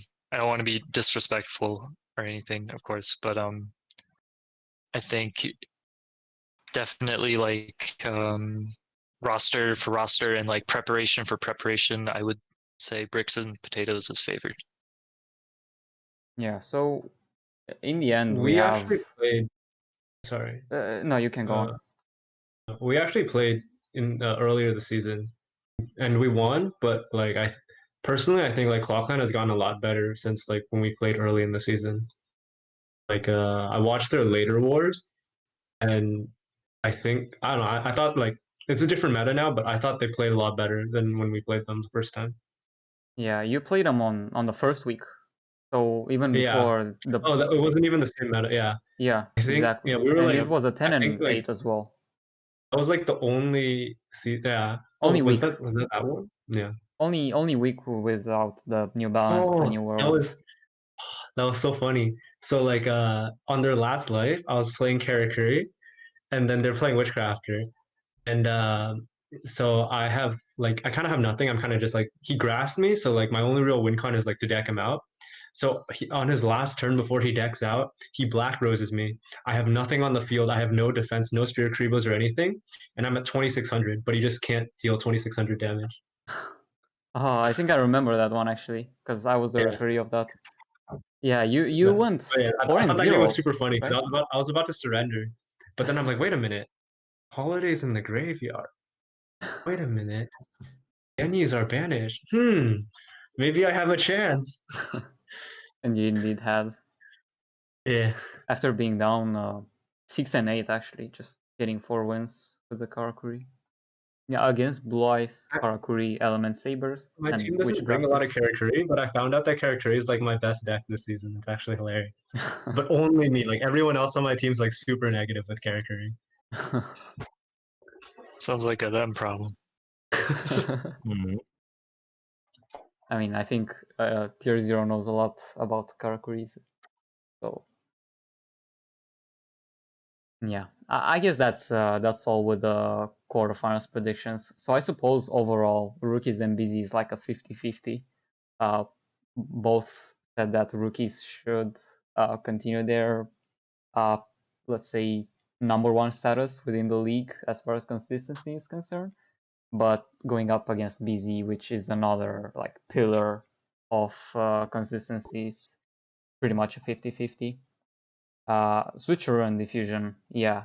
Well, the winning mindset is there, but Switcher is still a really scary opponent. This is a hard match. It depends really if everybody from like from Diffusion is active this week, is practicing it, because against us, what Rizzle told me, it was like not that hard of a practice what the results wish to be happened, but yeah, for that what they had against us, I think it will not will be enough against Switcheroo. They are really good players. Uno is amazing player over there. They have even a bunch of really strong players. So it depends. If Diffusion is active this week and practice really good and make a good lineup, and everybody is focused, of course, then Diffusion can win. Mm-hmm. Yeah. Even with Switcher having quite a lot of really good players, like as you mentioned, Uno. There's also No Repair. There's also Act. All three coincidentally being pretty good Cyber Dragon players. So let's just see what their lineup and what their deck combinations would be, and that goes on for every single match because knowledge is half the battle after all, right? You have to study your opponent and your opponent's usual picks. Yeah, they're not gonna misplay with Cyber Dragon for sure. Yeah. I mean, for some reason that's not only here the case for SunClan, but we had multiple opponents playing Cyber Dragon against us and doing a lot of bad plays. Yeah. Good that you pointed that out, because I just saw like the chat like from SunClan, and Tag was like really upset that I may throw him like under the bus or something like that. Well, I was hard to him, like that. I have to even say like Hack got the Gale like a bunch of hours before, and then he had to play like level reduction and stuff. So I don't take the blame that hard on Hack. It's he even supposed not to be played at that time, because the day before he played another league, he DC'd, and when we test like every second duel, he DC'd as well, because his Wi-Fi in Morocco is not the greatest. So this is the strongest opponent for him, the Wi-Fi. So I can't blame him for that. There was of course that part what we can do better. It happened be like that. But what I have to point out and stuff, that okay, I don't want to say game 1 we should have won. It's okay, but game 3 we should definitely win. And what was embarrassing for me, like I have to be harsh on that actually, it was Cyber Dragon. Even there are teammates from me, but I have to say it like it is, because if you misplay with Sudra in this position, what somebody mentioned like before in the playoffs, it's you should not play. That's my sunken is. I saw even we discussed even my play with Black Wings, and there was like actually I had as well misplays over there, so we couldn't figure it out. Nick was the right thinking, so I have to even take as well the part out of that. So it's not about even how you take it. It's like not about like you go like aggressive or something like that. If you see and somebody is telling you something to do that's for example better, it's not somebody is wants to offend or somebody wants to say Mhm. look I'm better or something like that. It's something like look, for the next time I will remember that play. Let me think twice. I have 3 spells in my hand. Maybe I should not activate the monster, waste the card in my hand, or I mean my play, and wait for that. So it was more for me like a plus than negative actually. So it was actually really good, and I learned new things, and that's how you become a good player. To be hungry in the game, learn new stuff, and yes, that's why we Yeah. play Duel Links. Very I'm well quite said. sure that if Cyber Dragon player is coming into the same situation again, he's not gonna do the same mistake again, because it was like the normal part of the fusion gate combos. It really shouldn't go wrong. Yeah, part in making misplays is that the next time you would think about, you would be in the same scenario, you wouldn't do that, right? So with every misplay, you kind of get better as a player. Just it was think a bit being a good player, unfortunate. I think being a good player is like learning from those mistakes. Hmm. Mhm. So it's like making the mistake. It's not good, but it's like as long as you're learning from it, that's like the important part. Yeah. The reason I why actually, some people are stuck where they are is because they'll make the same mistake. Exactly, yeah, exactly. I actually think that's the mindset of like any player who like they can when they misplay or like they that when they mess up they're more focused on like why they messed up if like they could have won and things like that. I think those players will always be like become good at some point in the game. Like it may be a matter of time, but like those players will always be good, Mhm. and that will always become good. And then the ones who are like when they mess up or when they lose, they're or let's say like in a tournament they misplay one game and then they break the next game and they're focused so much more on like the game they break rather than the one they messed up. I think those players are a lot like that mentality is very hard to improve with. And usually when I talk to people like that's like when I talk to players like that's something like I try to like figure I like I'm curious about at least, you know. Hmm. Yes, Yeah, exactly. the Always mentality has stay to stay be there. hungry. Yes, always stay hungry. Always learn about thing. Even if the chance and you're new to the game, just imagine if a new player plays the game. Always imagine if you win the KC Cup, for example, or winning the Team Wars Championship is by 1%, then you try 100 times, then you're 100%. So always try to do your best, and then you will be successful in the end. Yeah. And don't get like super disappointed in doing mistakes or in admitting mistakes. Like I think that's really important as well. If you do something wrong and you of course learn from it, can do it better, just admit it and open speak about it. For example, I know a lot of situations where I misplayed, and what Andy described, just if you brick in the next game, don't just focus on that. I don't know. In my opinion, it's even sometimes quite good if the game punishes you misplaying and then giving you a brick hand after, because I don't know, you're not learning from that anyway if you are Yeah, still winning after you misplay. for Mhm. sure. I think that's another talking point actually. That even after you misplay, you win, because some players will just take that for granted and not learn from that mistake that happened earlier. And there has to be a loss for them to realize that, oh, I lost because of my mistake, and I think I'm that's focused another on thing. being salty instead of trying to improve. Right? I think that's the Yeah. mindset with most players, I believe, at least on a casual basis. Maybe I can give one quick example. I'm quite sure Nick one remembers that when he was casting together with Ryo the Damage Step tournament from DLE, and I was playing against Desperado with Cyber Dragon in the top 8, where I was like in a situation I have everything field control, my opponent got nothing, and then he top decked Cup of Ace back to back and OTK'd me that turn. And like chat was going wild and everybody was thinking, yeah, super unlucky. But if I go through that replay again, I just noticed myself that I missed lethal the turn earlier because I had like a system downset and didn't use it correctly. So of course I can be really mad and say, hey, he top decked cup of ace, non-guaranteed heads. Top decked another cup of ace, non-guaranteed heads. So he draw basically +3, draw like gear frame, search fortress, or had like a fortress in the grave and summons it for somehow. And of course it was super unlucky, but I still really deserve to lose that because here I misplayed the turn earlier. I'll be honest, I do not remember that. I don't think even Drizzles But would like to That's remember the that. answer. but it, Drizzles yeah, was like, it's like I'm sorry. I did not mean to be rude by that, but Nice. Drizzles was um, like, remember the most depressing moment in my life? Next, like, I don't even know it's who you are. for me it was Tuesday.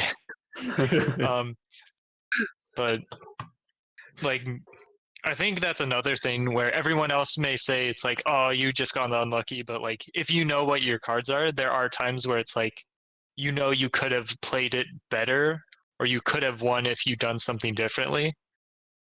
And like that's the burden of being like good at the game. Like everyone else will say you got unlucky, but like deep down you know you made a mistake. It's like they'll say, "Oh, you did your best." And it's like you didn't do your best, and that's what hurts. Yeah.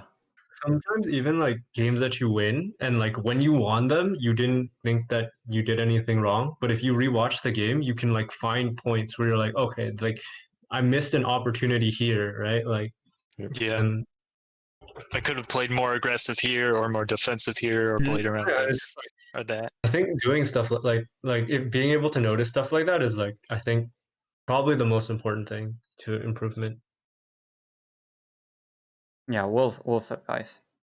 Actually, I'll say that like for a while, like when we had APK, it's kind of relevant now, but when we had APKs, I would use that to like help me determine whether or not someone was a cheater. If they always thought like that, but then they were always doing well, I'm like, man, this guy probably cheats. Like,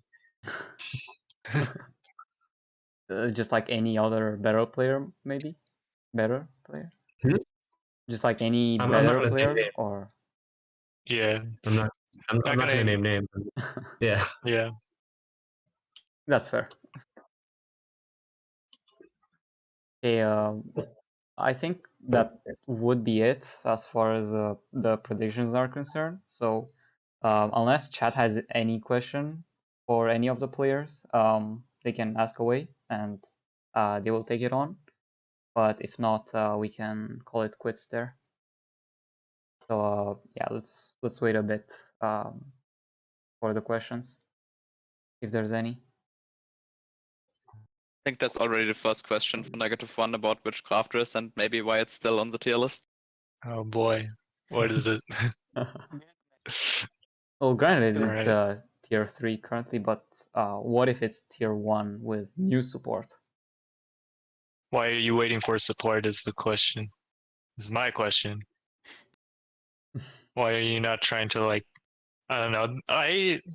Not to call out anyone in particular or even the person asking the question, but I've always disliked the idea of like waiting for support because it's like an indefinite process.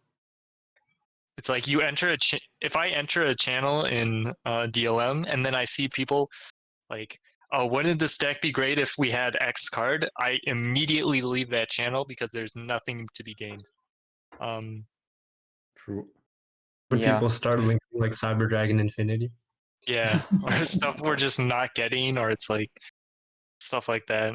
Or stuff like, okay, it would be reasonable, but we don't have it, so why are we even discussing about it? Yeah, it's more valuable to ask like, what can I do with the tools I have, or it's like, what is possible, and like, what is possible with what I have, not what is possible with what I can be given, I guess.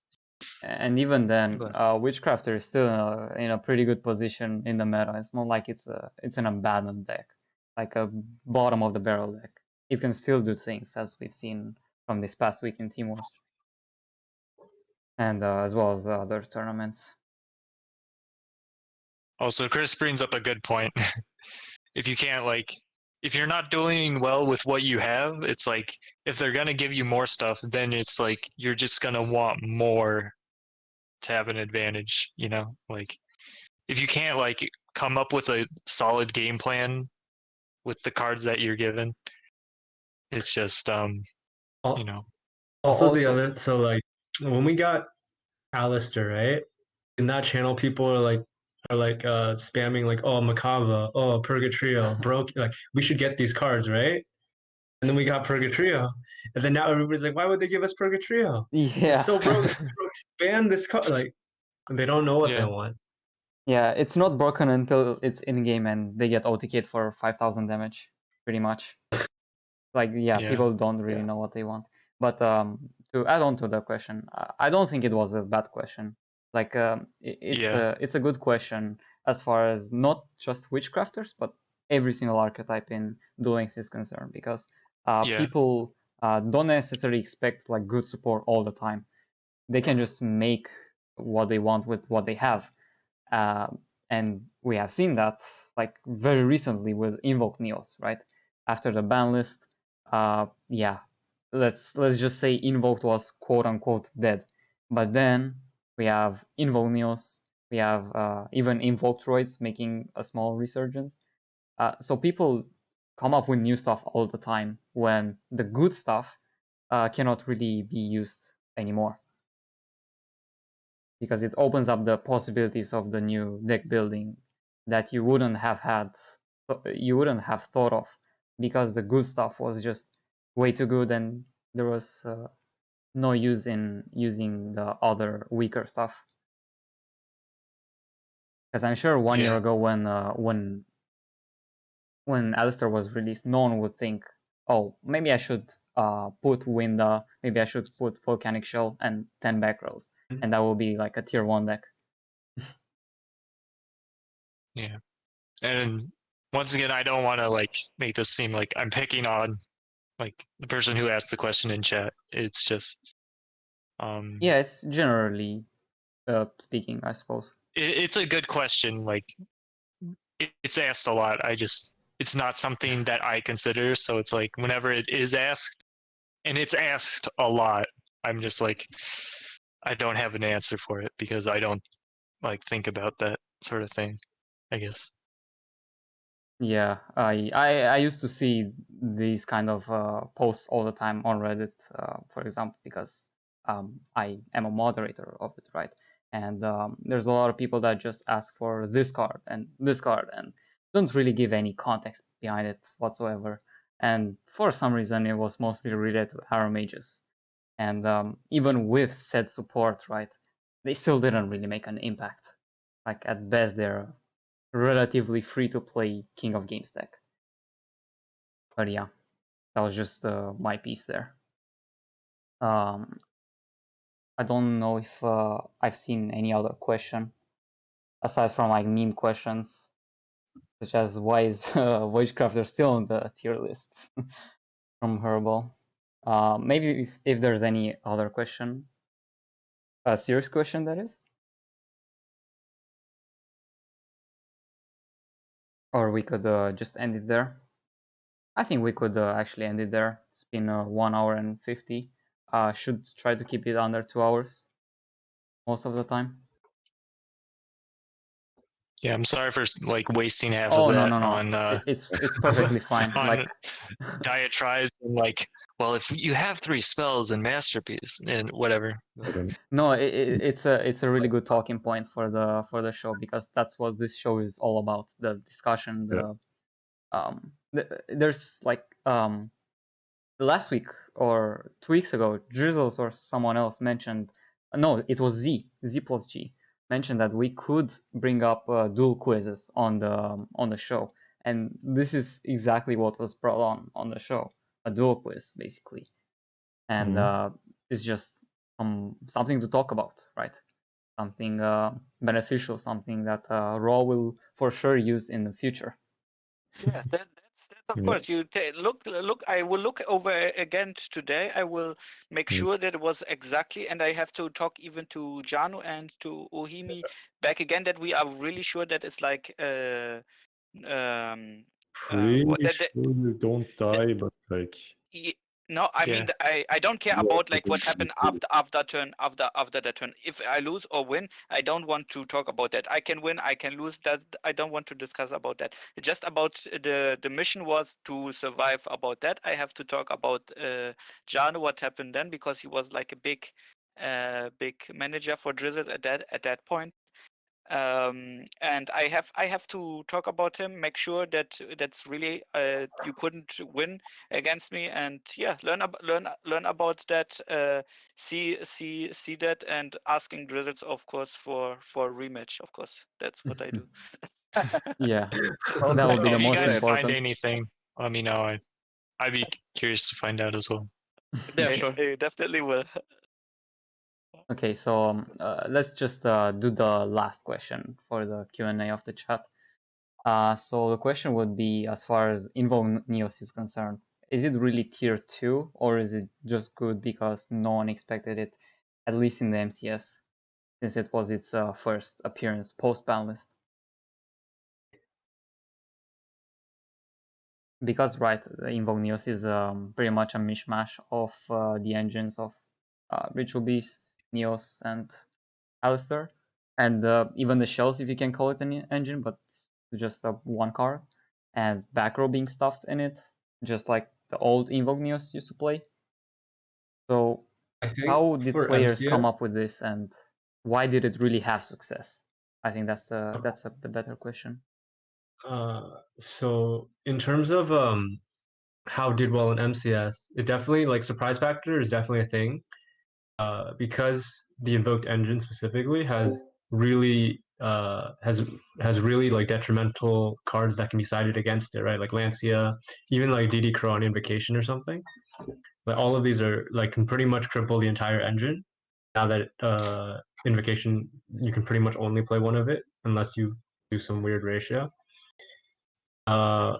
So going into the future of tournaments now, like for this deck to do well, it has to account for like those type of cards, Lancia, DD Crow, like Soul Release, Maybe and even then battle what? traps. Maybe even battle traps like Wall of Tear. So you have like multiple big bodies on the Yeah, field. Battle Traps is good versus the Invoke Neos, but it probably is not as good versus the second place deck, and that's also like another variant that could potentially be good. So we'll see. Uh, I think like some version of Invoke could still be good in the new meta or in like the post MCS meta, but it has to be able to win without the need of like Purgatrio, I guess.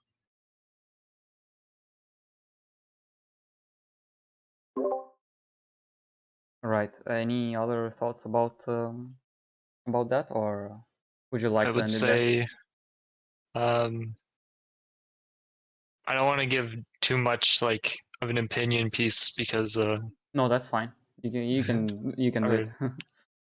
no, because like Clan Wars and Team Wars, Oh, like the Yeah. playoffs or top whatever is like, so yeah. information is valuable to a degree, but Mhm. from what I will share is that there was a very close vote on Invoke Neos, and there was like it was almost going to be tier 1 or voted tier 1, but it was a close vote and ended up tier 2. So Yeah, some inside information. yeah. Hey, I think that should be it as far as this week is concerned. Thank you so much, Drizzles, oHiMi, Andy, Neg, and Raw for coming in today. Even with such a late notice, as a matter of fact, it almost didn't happen today. Or if it did happen, it would have happened like at 4 p.m. EST. But thanks to Drizzles, it got pushed, and it was motivating me in a way to host it for this week. So big props. Yeah. Any other closing thoughts before we take off? Maybe shoutouts for either this week or I don't know. I stream every Thursday and I review Team Wars games. So if you guys want to check that out, my stream is twitch.tv/therealandytsang. Mhm. I stream whenever, so I Uh, stream every day during the week other than Thursday, so let's go. Yeah, I'm gonna try to put your channels. Usually there's a caster command, but I didn't fully update it for this particular more talks. Anyway, let's if we're done with the shoutouts, we can try to find a channel to rate. Maybe a smaller channel. Sure thing, let's check it out.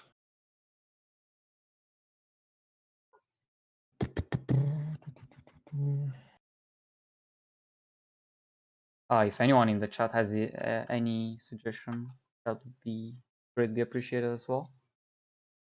And thank you all as well to the audience for sticking by.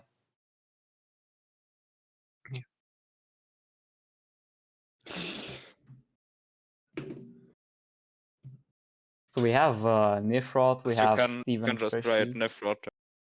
Yeah. We could do Nifrot, yeah. Let's do Nifrot. Okay, so thank you once again to There's everyone. There's a question in chat. Sure. I think Drizzles and oHiMi should answer it though. Yeah, Yeah, go Chris is ahead, asking guys. why Diffusion is doing good in Team Wars and bad in Clan Wars. I can give quite an easy answer to that because as you see this season, we have Raw and Clan Wars, but Raw is not playing for us in Team Wars. And yeah, I think that answers it. Rip. Ask the next question, like just for consideration. Just ask. Maybe the reason why Diffusion beat SunClan was because it was 6 versus 4. Even though She's Raw got tough. the most wins from that match. Yeah, like, but that was the reason. It shouldn't be too obvious. Like, if Raw would go 0-2 as well, it would be really obvious. True. Okay. Then ask. The next question must be ask like Drizzle. What is the stats from him, and what's my stats actually in Team Wars? What the? Kind of sus. I'm not negative, at least. As well as not me. I can sing. I think I'm 24 wins. I think I have 24 wins. I think Damn, you you even have played the a lot, most huh? wins this season out of this voice chatter. No, neg 1, I think. And I think neg 1 and do I? because I don't know what was the Actually, Do Clan you know your stats? I have no idea. Yeah. are you just guys show I know mine talking? actually. Clock in, clock I'm out. Are you yeah, guys I'm talking 11 about? and Oh, 4. sorry. was even crazy. Where is I think where do we I'm look 9 that and up? 9. Yeah, I'm looking at you. I'm looking for you right now. How do I? Okay, dot stat. Is that what it is? Yeah. Yeah, that's that. I was just looking over the power rankings as well. Is it? Do I do cumulative? Or Cumulative is for the season. The Neg third is option includes 12 playoffs as well. and 11. Yeah, but you have to add the 9 wins from the last game. So then he should be Oh, 21 and... for Team Wars. For Team Wars. I thought you Yeah, meant for he's Clan. already on 22. Oh. No, for Team Wars. I don't think Raw is gonna talk about Clan Wars because I don't think his stats are better than mine there. Nah, it's not better. Let me check mine. I mean, I think everybody has their Chris in their own team. I think I'm the Chris for I'm Diffusion. at 18. It's okay to be Chris. It's It's okay. okay. Sometimes even Chris isn't even our Chris. So Neg, the way you do it is you have to go to league rosters, and then you have to copy the ID of the person you're doing, and then you can just do .stat and then space and then the ID. So if I did for you, let me find it.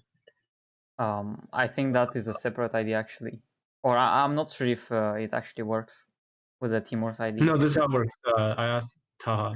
He told me this is how it works. Oh, okay. Okay, so that is And then for season 8, it says 22 and 12. I'm not sure if that's before or after counting this week. It should be before or not. Can you check my stats? Because you get. If I'm 9-9, it's with playoffs. If I'm 8-9, it's without playoffs. Okay. You're 8 and 9 currently. Okay, so it's without the playoff game. So neck 1 is then Okay. 31 and 14. No, but I mean, but they don't count playoffs for every single season. Like it's not that they didn't count this week; it's they never count playoffs. That is only if the first option is there. Really? Yeah, Because but I if think the if power it's the rankings third. are included with the playoff games. No, hang on, let me check something. No, the Oh, no, power you're rankings right, are yeah. separate for playoffs for starting the You're season. right, yeah. You're right, actually, yeah. Because I'm checking one of my older stats. Yeah, Yeah, it there's does count a playoffs. round 1 on the screen.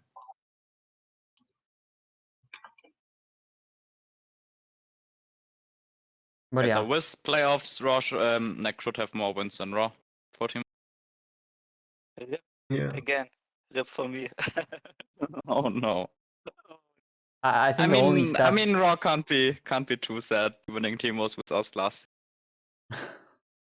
It was nice actually, and the thing is for me is Wait, not we're still about on stream? Yeah. yeah. Yeah, we're still on stream. I thought we were already done. We can be done if you guys want. I will censor myself for a bit longer then. Maybe Okay. finish the stream so we can talk often. Yeah. Okay. So thank you once again, everyone, for joining, including to the invitees as well as the chat, and see you this weekend starting Saturday, I believe, 8 a.m. EST, something like that. Yeah, Saturday 8 a.m. EST. We have Rookies versus BZ as the first match. So yeah, thank you once again. And I was Hazy and joined by Drizzles, oHiMi, Andy, Negative, and Raw. Thank you guys and see you later. Later, boys. Host done. Okay. Yeah, we're Okay, offline. so